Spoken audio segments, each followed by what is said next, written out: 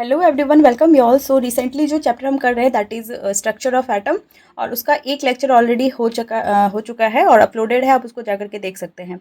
आज का second lecture है जिसमें हम एटॉमिक स्पेक्ट्रा को ही कंटिन्यू करने वाले हैं।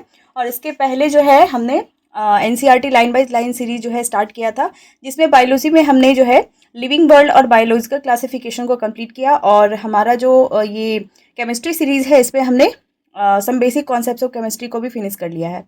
आज का जो सेकेंड लेक्चर है उसमें हम एटॉमिक स्पेक्ट्रा को और कंटिन्यू करने वाले हैं, जो कि हमारा फर्स्ट लेक्चर जो है उसका लास्ट टॉपिक था। तो एटॉमिक स्पेक्ट्रा जो है इसको हम आज फिनिश करेंगे और उसके बाद आगे और पढ़ने वाले हैं। तो एटॉमिक स्पेक्ट्रा जो है ये व्हेन एटम्स एब्जॉर्ब और emit energy they produces the characteristic spectra. एक एटम जब भी एब्जॉर्ब करेगा या फिर एमिट करेगा एनर्जी को, तो वो जो है डिफरेंट डिफरेंट जो स्पेक्ट्रा है वो प्रोड्यूस करता है। जैसे कि अगर हम सीरीज़ और उसके रीज़न की अगर हम बात करें और एनर्जी लेवल की अगर हम बात करें, तो सीरीज़ जो है Lyman series, Balmer series, Paschen series, Brackett series और फंड सीरीज़ है। और उसकी जो रीजन्स होती है जिसमें वो लाई करती है, वो अल्ट्रा वायलेट रीजन जो है उसमें लाइमन सीरीज़ लाई करती है, विजिबल में बाल्मर, और बाकी तीन जो है वो लाई करती है इंफ्रारेड जो है रीजन में, उसमें लाई करती है तीनों की तीनों। और एनर्जी लेवल की अगर हम बात करें तो वो जो है कहीं से भी किसी भी एनर्जी लेवल से अगर वो N1 बराबर 1 पे आ रही है तो वो लाइमन सीरीज होती है। N2 बराबर 2, 3, 4 हो सकता है, लेकिन N1 बराबर अगर 2 एनर्जी लेवल्स है तो वो बाल्मर सीरीज होगा। N1 बराबर अगर 3 है तो वो पास्चन सीरीज होता है। N1 बराबर 4 है तो ब्रैकेट सीरीज, और N1 बराबर 5 अगर है तो वो फंड सीरीज होता है। यहाँ पे P साइलेंट होता है, इसको आप ध्यान में रखेंगे। तो ये सारे जो है एटॉमिक स्पेक्ट्रा जो है, हाइड्रोजन स्पेक्ट्रा जो है, इसके बारे में है हमारा एनसीईआरटी जो है वो लिखता है। आज का जो क्लास है उसको हम स्टार्ट करते हैं यही इसी टॉपिक से, यानी कि एटॉमिक स्पेक्ट्रा से। एटॉमिक स्पेक्ट्रा टोटल दो तरह का होता है, एक होता है एमिशन स्पेक्ट्रा, दूसरा होता है एब्जॉर्प्शन स्पेक्ट्रा। जो एमिशन स्पेक्ट्रा होता है, जब एक excited atom, when an excited atom return to a lower energy state it emit radiations. जब एक हायर स्टेट से, ये इसका हायर स्टेट है, ये इसका लोअर स्टेट है, तो जब एक एक्साइटेड एटम मतलब एक्साइट हुआ है नीचे से, लेकिन जब वो नीचे से जब ऊपर से फिर से नीचे आता है return to their lower energy state में, तो वो क्या करता है, रेडिएशंस एमिट करता है। मतलब पहले वो एक्साइट होकर ऊपर वाला स्टेट में जाता है, उसके बाद जब वो नीचे की जो स्टेट होती है लोअर एनर्जी स्टेट, उसमें जब आता है तो वो एमिट करता है, रेडिएशंस एमिट करता है। तो इसको हम कहते हैं एमिशन स्पेक्ट्रम, जिसमें कि एमिशंस हो रही है, यानी कि वो रेडिएशन क्या कर रही है, एमिट कर रही है। दूसरी हमारे पास होती है एब्जॉर्प्शन स्पेक्ट्रा। एब्जॉर्प्शन का मतलब होता है कुछ ना कुछ एब्जॉर्ब होगा। तो यहाँ पे when white light passes through a substance, एक सब्सटेंस से जब भी व्हाइट लाइट पास करती है तो सर्टेन वेवलेंथ्स आर एब्जॉर्ब, तो कुछ ना कुछ वेवलेंथ क्या होता है, वो एब्जॉर्ब होता है, और वहां पे डार्क लाइंस हमें जो है स्पेक्ट्रम के अंदर देखने को मिलता है। तो ये होता है एब्जॉर्प्शन स्पेक्ट्रम। जो एमिशन स्पेक्ट्रम होता है, it produces the bright lines on a dark background. जो डार्क बैकग्राउंड होती है उस पर क्या करती है, ये ब्राइट लाइंस जो है उसको प्रोड्यूस करती है। इसका एग्जाम्पल जो है वो होता है hydrogen emission spectrum, which is the example of emission spectrum. ठीक है, तो यहाँ तक आपको समझ में आ गया होगा। इसके बाद अब हम चलते हैं रेडबर्ग इक्वेशन पे, which is very very important, इसको आप ध्यान में रखेंगे। जो रेडबर्ग इक्वेशन है, यहाँ से सारे न्यूमेरिकल्स जो है आपके इसके सारे के सारे बन जाएंगे। The wavelength of the spectral lines is given by, जो स्पेक्ट्रोलाइंस की जो वेवलेंथ होती है वो दी जाती है 1/लैम्बडा। ये जो मैंने आपको बताया था, इसका ये जो सिंबल है ये लैम्डा का सिंबल है, which is equals to R H into 1/n1 square minus 1/n2 square, जहाँ पे हमेशा ही ये जो n2 की वैल्यू होगी वो ज्यादा होगी n1 से। तो इसको आप ध्यान में रखेंगे, one by lambda equals to R H into 1/n1 square minus 1/n2 square, जहाँ पे n2 की value will be always greater than the n1। ठीक है, उसके बाद ये जो आर एच होती है, इसकी जो वैल्यू होती है वो होती है 1.097 इंटू 10⁻⁷ मीटर इनवर्स, क्योंकि मीटर जो है वो नीचे आएगी तो ऊपर जाके ये मीटर इनवर्स के फॉर्म में आ जाएगी। तो आर एच की वैल्यू आप हमेशा याद रखेंगे, ये इक्वेशन पे बैठाना पड़ेगा आपको। That is 1.097 into 10⁻⁷ meter inverse. For hydrogen like species, जो हाइड्रोजन के जैसे स्पीसीज होते हैं उसमें 1/लैम्डा जो होता है वो होता है R H Z square into 1/n1 square minus 1/n2 square. और यहाँ पे जो जेड की वैल्यू होती है, जेड क्या होती है, बेसिकली एटॉमिक नंबर होता है। और अगर हाइड्रोजन जैसी स्पीसीज है, जैसे हाइड्रोजन, उसके बाद लिथियम प्लस, बेरिलियम +2, तो इस तरह से जो भी जो स्पीसीज होते हैं हाइड्रोजन के जैसे स्पीसीज, उसमें क्या होता है कि एक जेड स्क्वायर टर्म जो है एटॉमिक नंबर वो भी आपको ऐड करना रहता है। तो यहाँ पे 1/r1 जो होता है R H Z square into 1/n1 square minus 1/n2 square. और n1 और n2 का वैल्यू जो है वो आपको एनर्जी लेवल जो मैंने आपको बताया है सारी सीरीज का, लाइमन, बाल्मर, पास्चन, ब्रैकेट और फंड से, इससे आपको निकाल के कैलकुलेट करना होगा। इसके बाद हम स्टार्ट करते हैं नए टॉपिक को, that is energy of the spectral lines. ये जो स्पेक्ट्रल लाइंस मैंने आपको बताया है, इसकी एनर्जी कैलकुलेट करनी होती है। तो when an electron jumps from the higher energy level N2 to lower energy level, जब एक इलेक्ट्रॉन जो है जंप करता है हायर एनर्जी लेवल से लोअर एनर्जी लेवल पे, तो उस पर हमें चेंज निकालना रहता है। जो एनर्जी का चेंज होता है, यानी कि स्पेक्ट्रल लाइंस का जो चेंज होता है, एनर्जी की जो चेंजेस होती है, वो कैलकुलेट अगर हमें करना है तो पहले ऊपर वाली एनर्जी जो है उसकी, यानी कि N2 की जो एनर्जी है उसमें से N1 की एनर्जी को माइनस अगर हम करेंगे तो वो हमें चेंज इन एनर्जी दे देता है। तो ये चीज़ आपको पता होना चाहिए। एनर्जी लेवल्स जो है इसके बीच में डिफरेंसेस आपको ऐसे कैलकुलेट करना है। जो एमिटेड फोटोन्स होती है उसकी एनर्जी जो होती है वो E बराबर एच न्यू होता है, जहाँ पे न्यू आपको पता है कि ये फ्रीक्वेंसी होता है, और एच क्या होता है, प्लैंक्स कांस्टेंट, जिसकी वैल्यू होती है 6.6 इंटू 10⁻⁻34 जूल सेकेंड। ठीक है, उसके बाद अगर इसकी वैल्यू अगर हमें बैठानी है तो फ्रीक्वेंसी की जगह c बाई लैम्डा हम लिखते हैं। तो E बराबर जो चेंज इन एनर्जी होती है या एमिटेड फोटोन की जो एनर्जी होती है वो change in energy equals to h nu बराबर hc बाई लैम्डा होता है। ठीक है, उसके बाद अब हम चलते हैं energy of the electron in the hydrogen. Hydrogen की अगर हम बात कर ले तो वहाँ पे इलेक्ट्रॉन की क्या एनर्जी रहती है, उस पर जो है बोर की एनर्जी इक्वेशन आती है। बोर की जो एनर्जी इक्वेशंस है उसमें एन लेवल की अगर हमें एनर्जी निकालनी है, किसी भी एन लेवल है और वहाँ की अगर हमें मतलब अगर हमें फर्स्ट लेवल की अगर हमें एनर्जी निकालनी है तो E1 होता है, वही होता है -13.6 by n square. Electron volt में होता है हमेशा एनर्जी जो है, यहाँ पे इलेक्ट्रॉन वोल्ट में कैलकुलेट करेंगे EV में, और इसकी वैल्यू होती है -13.6 बाई एन स्क्वायर। अगर हाइड्रोजन जैसी स्पीसीज है तो उसके लिए En बराबर होता है -13.6 into Z square by n square. जब भी हाइड्रोजन लाइक स्पीसीज हम कैलकुलेट करेंगे तो उसमें एक एक्स्ट्रा टर्म आ जाता है, that is the atomic number, और ये होता है -13.6 into Z square by n square. ये फॉर्मूला आप अच्छे से याद रखेंगे, और ये इलेक्ट्रॉन वोल्ट के टर्म में होता है। यहाँ पे अगर हम एक एग्जाम्पल दिखाएं आपको, तो यहाँ पे N1 बराबर अगर 1 है तो उसकी जो एनर्जी लेवल होती है E1 वो होता है -13.6 इलेक्ट्रॉन वोल्ट, क्योंकि यहाँ तो E1 बराबर होता है -13.6 इलेक्ट्रॉन वोल्ट, क्योंकि वहाँ पे En जो जेड स्क्वायर और एन स्क्वायर की वैल्यू है वो 1 होती है, क्योंकि यहाँ पे E1 जो है हाइड्रोजन के लिए, क्योंकि एटॉमिक नंबर उसका हो जाएगा 1, और जो एनर्जी लेवल है N बराबर वो भी 1 है, इसीलिए जो E1 है उसकी वैल्यू -13.6 इलेक्ट्रॉन वोल्ट हो जाती है। लेकिन अगर हमें E2 कैलकुलेट करना है तो उसके लिए -13.6 इंटू एन जो जेड स्क्वायर है हमारा, यानी कि एटॉमिक नंबर वो होता है 1, तो 1 का स्क्वायर हो जाएगा, क्योंकि हाइड्रोजन लाइक स्पीसीज है, और वहाँ पे जो N है उसकी वैल्यू कितनी हो जाएगी, यानी कि 2, यानी कि 2 इंटू 2 यहाँ, यानी कि ये हो जाएगा 4, और इसको कैलकुलेट अगर हम करेंगे तो ये आ जाता है -3.4 इलेक्ट्रॉन वोल्ट। ऐसे ही एनर्जी थर्ड की जो है -1.51 होता है इलेक्ट्रॉन वोल्ट, फिर E4 का होता है -0.85 और 0.54। तो इस हिसाब से जो है आप या तो कैलकुलेट करेंगे या फिर आप इसको याद रखेंगे। याद रखना जो है बहुत ही ज़्यादा बेनिफिशियल होगा आपके लिए, क्योंकि यहाँ से डायरेक्टली क्वेश्चन आता है, तो आप इसको याद भी रख लेंगे तो कैलकुलेट हो जाएगा। जैसे E1 -13.6 -3.4 1.51 0.85 और 0.54, तो इस हिसाब से आप इसको याद भी रखेंगे। अगर इलेक्ट्रॉन जो है वो जंप करता है n बराबर 2 से n बराबर 1 में, तो वहाँ पर हमें चेंज निकालना रहता है। तो चेंज मैंने आपको बताया है कि जो भी एनर्जी लेवल है पहला ऊपर का हायर, उसमें से हम जो लोअर वाला एनर्जी लेवल है उसको माइनस करते हैं। तो चेंज इन एनर्जी जो होगी वो ऊपर वाली की, अगर हमें N2 से N1 में आना है तो 2 की एनर्जी लेवल कितनी है, -3.4 है। ठीक है, उसमें से हमें माइनस कितना को करना है, माइनस, और इसमें से हम N1 की एनर्जी जो है उसको माइनस करेंगे, तो N1 की एनर्जी कितनी है, -13.6 है। तो इसको अगर हम कैलकुलेट करते हैं तो हमें जो एनर्जी की जो ये आती है, रेंज आती है, इसमें चेंज इन एनर्जी जो है वो 10.2 इलेक्ट्रॉन वोल्ट होता है। इसकी वैल्यू भी आप जो है माइनस कर करके देख लेंगे, तो यहाँ से आप, तो चेंजेस इन एनर्जी जो है 10.2 इलेक्ट्रॉन वोल्ट है इस केस में।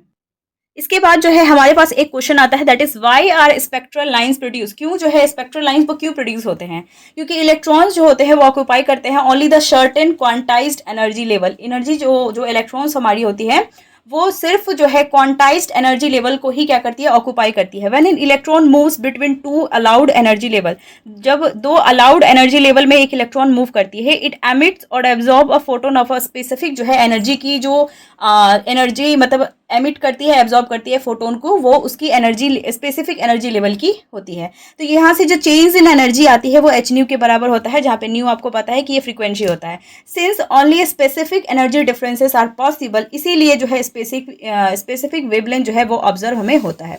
नेक्स्ट हम चलते हैं which is the very important topic, that is the Bohr's की एटॉमिक मॉडल।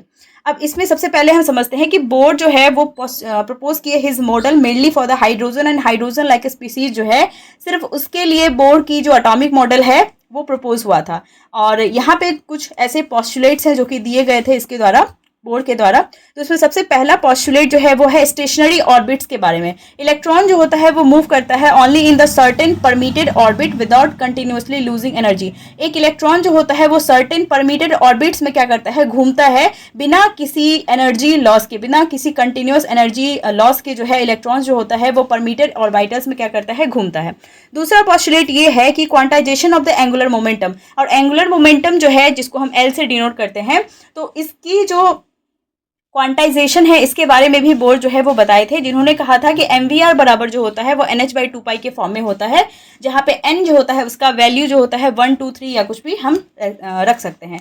तीसरा पॉस्टुलेट है रेडिएशन के ऊपर, और when an electron jump between the energy levels, तो इसके बीच में जो है रेडिएशन टर्म जो है दैट इज एनर्जी लेवल जो है वो कैलकुलेट करनी रहती है, which is equal to h/nu। इसके बाद हम चलते हैं इसके रेडियस, वेलोसिटी, एनर्जी और टाइम पीरियड को कैलकुलेट अगर हमें करना है बोर्ड की रेडियस, और यहाँ से डायरेक्टली क्वेश्चन आता है। बहुत सारे न्यूमेरिकल्स जो है इसके ऊपर पूछे जाते हैं, तो आप इस फॉर्मूलाज को अच्छे से याद रखेंगे। जो बोर्ड की रेडियस है फॉर हाइड्रोजन लाइक स्पीसीज, वो अगर हमें किसी n जो सेल है उसके लिए जो है n एनर्जी लेवल के लिए अगर हमें रेडियस निकालना है, तो वो होता है n² A0/z या फिर A0 n²/z, जहाँ पे A0 जो होती है उसकी वैल्यू हम रखें 0.529 एंगस्ट्रॉम, जो है एंगस्ट्रॉम के फॉर्म में है, तो उसको हम 0.529 एंगस्ट्रॉम रखेंगे। और एक एंगस्ट्रॉम जो होता है वो होता है 10⁻⁻10 मीटर, तो ये आप अच्छे से याद रखेंगे, ठीक है। और एंगस्ट्रॉम में यहाँ पे अगर हमें डायरेक्टली इस जो फॉर्मूला है, ये प्रोपोर्शनैलिटी, इससे क्वेश्चन आता है कि r जो होता है यानी कि रेडियस, वो डायरेक्टली प्रोपोर्शनल होता है n² के, यानी कि n जो होता है वो उसका एनर्जी लेवल हो गया, और z जो होता है एटॉमिक नंबर, तो यानी कि एटॉमिक नंबर के इन्वर्सली प्रोपोर्शनल होता है, और n यानी कि सेल नंबर के डायरेक्टली प्रोपोर्शनल होता है। तो कभी अगर हमें इससे क्वेश्चन आएगा तो यहाँ से n² से हम कैलकुलेट कर सकते हैं, और यहाँ से जो है बहुत बार क्वेश्चन आता है। वेलोसिटी की अगर हम बात कर ले Vm, तो यहाँ पे velocity it is the speed of the revolving electron in its orbit. एक ऑर्बिट के अंदर जो इलेक्ट्रॉन की घूमने की, रिवॉल्व होने की जो स्पीड होती है दैट इज वेलोसिटी। और वेलोसिटी Vn बराबर होता है 2.18 इंटू 10⁻⁶ Z/n, और ये Z और n के डायरेक्टली प्रोपोर्शनल होता है, यानी कि V is directly proportional to Z/n। अगर आपको कैलकुलेशन के हिसाब से करना है तो आप यहाँ से डायरेक्ट कर सकते हैं, क्योंकि ये एटॉमिक नंबर पे डायरेक्टली डिपेंड होती है। जो रेडियस मैंने आपको बताया है वो इन्वर्सली प्रोपोर्शनल होता है, लेकिन जो वेलोसिटी होता है वो डायरेक्टली प्रोपोर्शनल होता है उसके, और n के इन्वर्सली प्रोपोर्शनल होता है, और वहाँ पे स्क्वायर टर्म्स नहीं आता है, ये आप याद रखेंगे वेलोसिटी में। और यहाँ पे जो वैल्यू होती है वो 2.18 इंटू 10⁻⁶ होता है, तो ये आप अच्छे से याद रखेंगे। तीसरी हमारे पास है दैट इज एनर्जी की फॉर्मूला, और एनर्जी की formula is very very important. यहाँ पे इस किसी n लेवल के लिए अगर हमें एनर्जी कैलकुलेट करना है तो वो होता है -13.6 इंटू Z²/n², और इसका वैल्यू जो है हमेशा इलेक्ट्रॉन वोल्ट के फॉर्म में ही आएगा, ठीक है। उसके बाद है हमारे पास टाइम पीरियड, और टाइम पीरियड जो है इसमें आपको याद रखना है सिर्फ प्रोपोर्शनैलिटी अगर आप याद रखेंगे तो क्वेश्चन बन जाएगा आपका। तो यहाँ पे 2πRn/Vn इन इस डायरेक्ट मतलब इन टू NQ/Z², और यहाँ पे जो प्रोपोर्शनैलिटी होती है वो सिर्फ आपको याद रखना है that is T is directly proportional to NQ/Z², और यहाँ से जो है क्वेश्चन आता है। और हमें पता है कि जो टाइम पीरियड होता है वो फ्रीक्वेंसी के इन्वर्सली प्रोपोर्शनल होता है, यानी कि 1/f हो जाएगा अगर हमें टाइम पीरियड कैलकुलेट करना है। तो यानी कि जो टाइम पीरियड होता है वो Z²/n² होता है, तो ये आप अच्छे से याद रखेंगे। इसके बाद हम चलते हैं दूसरे टॉपिक पे, that is the quantum mechanical model of the atom. Atom की दो क्वांटम मैकेनिकल मॉडल होती है, एक है कि मैटर जो होती है या एटम है उसकी डुअल बिहेवियर ऑफ मैटर, और दूसरा है हाइजेनबर्ग की अनसर्टेनिटी प्रिंसिपल। तो ये दोनों जो है क्वांटम मैकेनिकल मॉडल जो है एटम का उसके अंदर आता है। इसमें सबसे पहले हम पढ़ने वाले हैं dual behaviour of the matter. एक मैटर जो है उसका डुअल बिहेवियर कैसा होता है, तो जो डी ब्रॉगली है उन्होंने इस डुअल बिहेवियर जो मैटर है उसको दिया था। उन्होंने कहा था that matter like radiations should also exhibit dual behaviour. जो मैटर जैसे कि रेडिएशंस जो होती है उसके पास डुअल बिहेवियर होता है, दोनों पार्टिकल और वेव लाइक प्रॉपर्टीज उसके अंदर हमें देखने को मिलता है। एक मूविंग पार्टिकल जो होता है उसके पास वेव नेचर होता है, जिसमें कि लैम्डा जो होता है वो h/p के बराबर होता है, और इसके लिए यहाँ पे जो p है वो h/p होता है। h हमें पता है कि ये प्लैंक कांस्टेंट है, और p हमारे पास क्या होता है, मोमेंटम होता है, और p की वैल्यू हमें पता है कि ये mv के बराबर होता है, इसीलिए लैम्डा को हम लिख सकते हैं यहाँ से h/mv, ठीक है। For an electron accelerated through potential v, अगर एक इलेक्ट्रॉन है उसको हम v पोटेंशियल से एक्सेलरेट अगर हम करेंगे तो लैम्डा बराबर होता है h/√2 mev, ठीक है। तो इसको आप अच्छे से याद रखेंगे। ये V हमारा पोटेंशियल डिफरेंस है और E जो है वो चार्ज है इलेक्ट्रॉन का 1.6 इंटू 10⁻⁻19 और M जो होता है उस इलेक्ट्रॉन का मास होता है। ठीक है, उसके बाद हम चलते हैं हाइजेनबर्ग की अनसर्टेनिटी प्रिंसिपल पे। और हाइजेनबर्ग की जो अनसर्टेनिटी प्रिंसिपल होता है ये कहता है it is impossible to simultaneously determine the exact position and exact momentum of a microscopic particle. एक माइक्रोस्कोपिक पार्टिकल, माइक्रोस्कोपिक का मतलब होता है जो बहुत ही छोटे पार्टिकल्स होते हैं उनकी एग्जैक्ट पोजीशन और एग्जैक्ट मोमेंटम क्या होता है वो साइमल्टेनियसली उसको जो डिटरमाइन करना होता है वो इम्पॉसिबल होता है। इसलिए यहाँ से इसको हम कैलकुलेट करते हैं कि जो चेंज इन पोजीशन है और चेंज इन मोमेंटम है वो मोर देन इक्वल्स टू होता है h/4 के बराबर। इसीलिए जो चेंज इन मोमेंटम होता है वो होता है m डेल्टा v के बराबर। और अगर हमें इसको कैलकुलेट करना है, जैसे अगर हमें डेल्टा पी यानी कि चेंज इन मोमेंटम पे अगर हमें वैल्यू बैठाना है तो वो m डेल्टा भी अगर हम बैठाएंगे यहाँ पे चेंज इन मोमेंटम की जगह delta x into m delta we, तो वो इक्वल टू और मोर देन होता है h/4 के, या इसको हम लिख सकते हैं डेल्टा एक्स और यहाँ पे जो वेलोसिटी के टर्म में अगर हमें निकालना है वेलोसिटी के टर्म में तो वो h/4 m हो जाता है। जितना ज़्यादा एक्यूरेट पोजीशन होता है उतनी ज़्यादा अनसर्टेनिटी होती है उसके मोमेंटम में। तो ये आप याद रखेंगे, यहाँ से थ्योरेटिकल क्वेश्चन बनता है। इसके बाद हमारे पास है क्वांटम मैकेनिकल मॉडल जिसके बारे में कहता है कि मॉडर्न एटॉमिक थ्योरी है does not describe electron as moving in fixed circular orbit. जो मॉडर्न की एटॉमिक थ्योरी है, मॉडर्न एटॉमिक थ्योरी वो डिस्क्राइब नहीं करता है कि इलेक्ट्रॉन जो है वो मूव करता है फिक्स्ड सर्कुलर पाथ में। Instead N orbital represent a region around the nucleus जहाँ पे probability of finding an electron is high. एक ऑर्बिटल जो है वो एक ऐसा रीजन जो है न्यूक्लियस के अराउंड जो है वो डिनोट करता है जहाँ पे हमें इलेक्ट्रॉन के पाए जाने की जो प्रोबेबिलिटी होती है वो काफी हाई देखने को मिलती है। ऑर्बिट और ऑर्बिटल क्या होता है, ऑर्बिट एक फिक्स्ड पाथ होता है जिसके अराउंड जो है इलेक्ट्रॉन जो है वो मूव करता है, लेकिन ऑर्बिटल जो है वो प्रोबेबिलिटी रीजन होता है जहां पे इलेक्ट्रॉन हमें देखने को मिल सकता है। ठीक है, तो ये दोनों के बीच में आपको डिफरेंस पता होना चाहिए। उसके बाद हम चलते हैं, दैट इज शायद हमारा ये लास्ट टॉपिक है, दैट इज क्वांटम नंबर्स। और क्वांटम नंबर जो है इसमें चार क्वांटम नंबर के बारे में हमें पढ़ना है, that is the principal quantum number, azimuthal quantum number, spin quantum number और उसके बाद मैग्नेटिक क्वांटम नंबर। तो ये चार क्वांटम नंबर जो है आप अच्छे से देखेंगे, यहाँ से जो है क्वेश्चन बहुत बार आता है। तो प्रिंसिपल क्वांटम नंबर जो है इसको n से डिनोट करते हैं और ये रिप्रेजेंट करता है सेल की एनर्जी लेवल को या फिर एनर्जी ऑफ द ऑर्बिटल। एक ऑर्बिटल की जो है एनर्जी लेवल जो है उसको डिनोट करता है ये प्रिंसिपल क्वांटम नंबर। अगर एक हाइड्रोजन लाइक स्पीसीज है, हाइड्रोजन लाइक स्पीसीज यानी कि H+ हो गया, लिथियम +2 हो गया, बेरिलियम +3 हो गया, तो इस तरह के जो हाइड्रोजन जैसे स्पीसीज होते हैं अगर किसी पे प्लस चार्ज आ गया मतलब उसके एक -1 जो है वो उसका लेवल, यानी कि जो यहाँ पे लिथियम +2 है वो हाइड्रोजन ही होता है बेसिकली, वहाँ पे +2 चार्ज है तो इसका मतलब है उसमें से 2 माइनस हमें करना है उसकी एनर्जी लेवल से। और साइज जो होता है ये हाइड्रोजन लाइक स्पीसीज के लिए energy and size of orbital depend only on the n। यहाँ पे जो प्रिंसिपल क्वांटम नंबर होता है n, सिर्फ उस पर ही एनर्जी और साइज जो होती है ऑर्बिटल की वो डिपेंड करती है और इसकी वैल्यू जो है 1 2 3 कुछ भी हो सकती है। अगर सेल n बराबर 1 है तो उसको k शेल बोलते हैं, उसके बाद n बराबर 2 है तो उसको l शेल, उसके बाद n बराबर 3 है तो उसको m शेल और n बराबर 4 के लिए n सेल होता है। मैक्सिमम इलेक्ट्रॉन जो आ सकते हैं एक सेल के अंदर उसकी फॉर्मूला होती है 2n² और यहाँ पे n की वैल्यू आप कुछ भी रख सकते हैं जो मैंने अभी आपको यहाँ पे बताया है। ठीक है, दूसरा हमारे पास है that is the azimuthal quantum number जिसको हम L से डिनोट करते हैं और ये एक सबशेल और उसकी शेप जो है उसको रिप्रेजेंट करता है जहाँ पे इसकी वैल्यू जो होती है L बराबर 0 से n-1 तक होता है।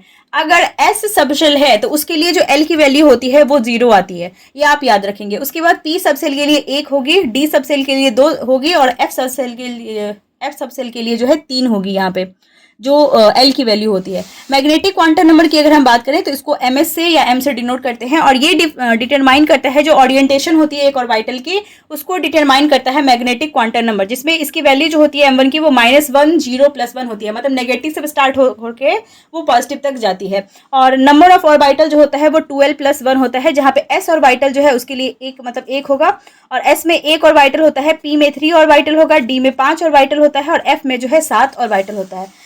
इसके बाद हम बात करते हैं स्पिन क्वांटम नंबर की, तो इसको लिखते हैं हम S से और यहाँ पे जो पॉसिबल वैल्यूज होती हैं या तो वो +½ होता है और या फिर -½ इसका वैल्यू होता है। ये दिखाता है orientation of the spin off the electron. एक इलेक्ट्रॉन की जो स्पिन होने की जो ओरिएंटेशन होती है उसको दिखाता है स्पिन क्वांटम नंबर। अब हम ये देखते हैं कि जो मैक्सिमम इलेक्ट्रॉन्स आ सकते हैं एक सबसेल के अंदर, अगर वो हमारा S सबसेल है तो उसके अंदर ऑर्बिटल 1 होता है हमें पता है और एक ऑर्बिटल में मैक्सिमम 2 इलेक्ट्रॉन्स आ सकते हैं। तो यहाँ पे S के लिए 2 और 2 है इलेक्ट्रॉन आ जाएंगे। और पी अगर हमारा सबशेल है तो उसमें ऑर्बिटल 3 होते हैं और मैक्सिमम इलेक्ट्रॉन जो है वो 6 आ सकते हैं। जो डी सबशेल है उसमें ऑर्बिटल 5 होते हैं, टोटल 10 इलेक्ट्रॉन्स आ सकते हैं। जो एफ ऑर्बिटल एफ सबशेल है उसमें ऑर्बिटल 7 होते हैं और उसमें मैक्सिमम इलेक्ट्रॉन जो है वो 14 आ सकते हैं, क्योंकि हमें पता है कि एक ऑर्बिटल है तो उसमें मैक्सिमम 2 इलेक्ट्रॉन्स आएंगे। अब एटॉमिक ऑर्बिटल की जो शेप होती है उस पर क्वेश्चन आता है कि एक एटॉमिक ऑर्बिटल वो रीजन होता है, एक ऑर्बिटल वो रीजन ऑफ स्पेस होता है अराउंड द न्यूक्लियस जहां पे probability of finding an electron is maximum, जहां पे इलेक्ट्रॉन की पाई जाने की जो प्रोबेबिलिटी होती है वो काफी ज्यादा होती है। और जो शेप होती है एक ऑर्बिटल का वो डिपेंड करता है सिर्फ और सिर्फ एल पे, यानी कि एजिमुथल क्वांटम नंबर जो होता है उस पर सिर्फ और सिर्फ जो ऑर्बिटल का शेप है वो डिपेंड करता है। अब हम इसके शेप के ऊपर बात कर लेते हैं, that is the S orbital. S orbital जो होता है फॉर एस सबशेल के लिए एल की वैल्यू हमें पता है कि 0 होती है और शेप इसकी स्फेरिकल हो सकती है and present centred around the nucleus. ये न्यूक्लियस के बहुत ज्यादा ही नजदीक होती है, सेंटर होती है, अंदर की तरफ होती है। स्फेरिकल इसका शेप होता है, एग्जाम्पल में 1s 2s 3s से n तक जा सकते हैं। और यहाँ पे इसका जो साइज होता है जैसे जैसे हम n की वैल्यू बढ़ाते हैं इसका साइज जो होता है एस ऑर्बिटल का वो बढ़ता जाता है।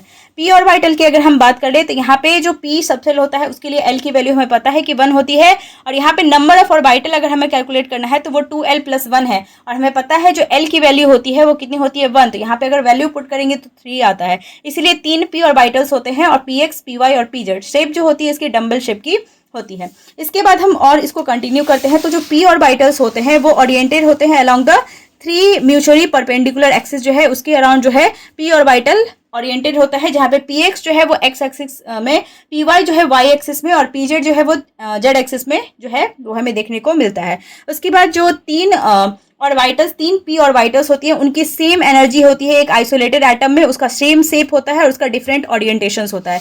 जो d ऑर्बिटल्स होते हैं फॉर d सबशेल के लिए l बराबर कितना होता है 2 होता है। जो नंबर ऑफ ऑर्बिटल्स होते हैं वो 2l + 1 होता है, जहाँ पे l की वैल्यू हमें 2 अगर पुट करेंगे तो यहाँ पे 5 ऑर्बिटल निकल के आता है। जो 5 d ऑर्बिटल्स होते हैं वो होते हैं dxy dyz dzx dx² - y² dz²। जो शेप है इसका हमारा एनसीईआरटी दिखाता है डबल डम्बल सेल, यानी कि इसका डबल डम्बल सेट तो होता ही है लेकिन 4 लोब यानी कि क्लोवर बीस का हो सकता है। जो f ऑर्बिटल होता है f ऑर्बिटल f सबसेल के लिए जो l बराबर होता है वो 3 होता है। नंबर ऑफ ऑर्बिटल जो है वो 12 + 1 होता है, यानी कि 7 इसमें ऑर्बिटल हो जाते हैं और 7 f ऑर्बिटल्स होते हैं और शेप जो होता है इसलिए इसका बहुत ही कॉम्प्लिकेटेड होता है sp और d। इसके बाद हम चलते हैं नोड्स की तरफ और नोड वो रीजन होता है जहां पे probability of finding an electron is 0। ये नोड ऑर्बिटल मैंने आपको बताया है वो रीजन होता है जहां पे probability of finding an electron is very high, यानी कि वेरी मैक्सिमम। लेकिन नोड वो रीजन होती है जहां पे probability of finding an electron is 0। Total node जो होता है वो radial node plus angular node से मिलकर के बनता है। जो नोडल प्लेन होता है ये नोडल प्लेन जो होता है वो ऐसा प्लेन होता है which is passing through the nucleus where the probability of finding an electron is 0।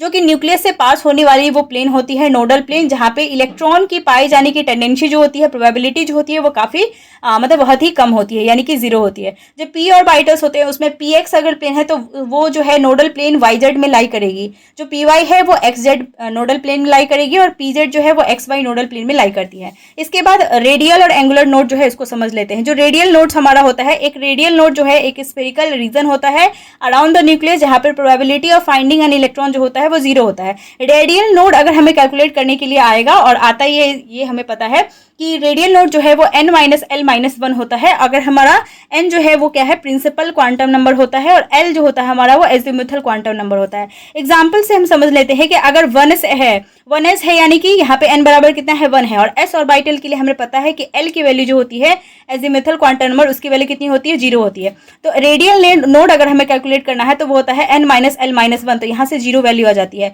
ऐसे 2s के लिए भी हम कैलकुलेट कर लेंगे। उसके बाद हम समझते हैं दैट इज एंगुलर नोड्स को। और जो एंगुलर नोड्स हमारा होता है, एंगुलर नोड जो है वो डिपेंड करता है only on the azimuthal quantum number यानी कि l पे।